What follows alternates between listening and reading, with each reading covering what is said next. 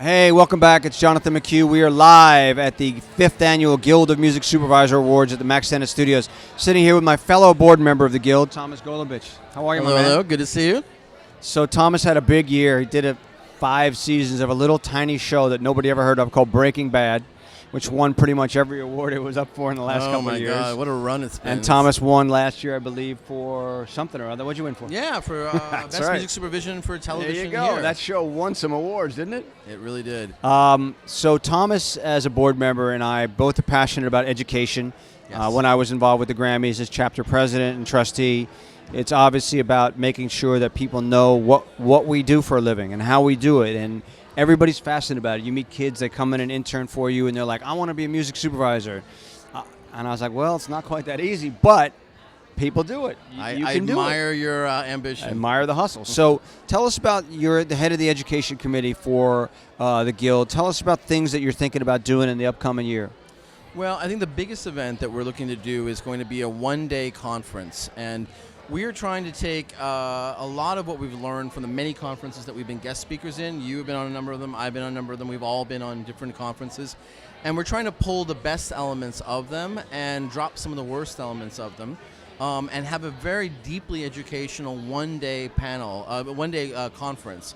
The idea being that we're going to have one big room, which will be essentially soup to nuts, the basics of music supervision. So if you want to get a general overview on the job, the history of the job, the parameters of the job, a general overview of those things, you can catch that all in one place. We're going to have one creative room that's going to be basically tackling the analytical process of how you do the creative aspects of the job, and we'll have one business room.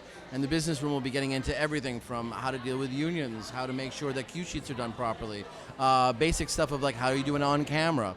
So there'll be a mixture of technical, creative, and business all in one day. And it should be a pretty ambitious event. It's going to be September 26th, Saturday, September 26th is the date that we're right now shooting for.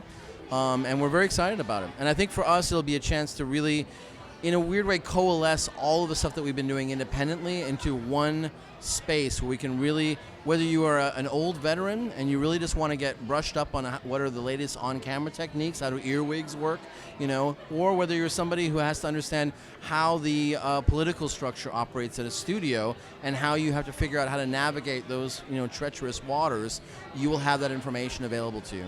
Yeah, that's the thing about supervision. We touch so many different things, from just clearing a song to creating songs to on cameras to dealing with actors, teaching them how to sing, and there's so many different levels to it that the educational process is something that we're all passionate about it, taking that to the next level. So I appreciate you jumping on that and doing it. So your next show, Saul, tell us about the follow-up. Oh, man. I mean, Breaking Bad was obviously one of those projects of a lifetime. Yeah. It's my favorite group of collaborators. It's the most talented group of people I've ever worked with, the most enjoyable people I've ever worked with. And we enjoyed it so much that when the opportunity to do Saul came along, which is to follow this character, Saul Goodman, and do an origin story about him, going back to 2002 and then even further back in time, we were all so thrilled and excited for the opportunity to work together again that we really got behind it and have put the story together. We've done 10 episodes in the first season. We are right now just working on the 10th of the first season.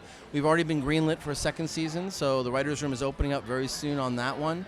And it has been a joy, totally different from Breaking Bad, using a different set of muscles. I just described it today as like I feel like I've been a right-handed batter for a few years, and now I'm switching. Now you got to switch over. I got to go lefty. Wow! And it's so completely different and so challenging in such a different way, and really emotionally resonant and really powerful. I think anybody who loved Breaking Bad will have a very compelling emotional journey with Better Call Saul. Well, I was saying to him earlier, I never got to see too much Breaking Bad, so I'm excited. February 8th, I believe, is the date. Yep. See how I knew that? Yeah, nicely done. And I'm looking forward to seeing it. So, Thomas, thank you so much for your service to the Guild, pleasure. and have fun tonight. And thank you, and lots of love to the Grammys.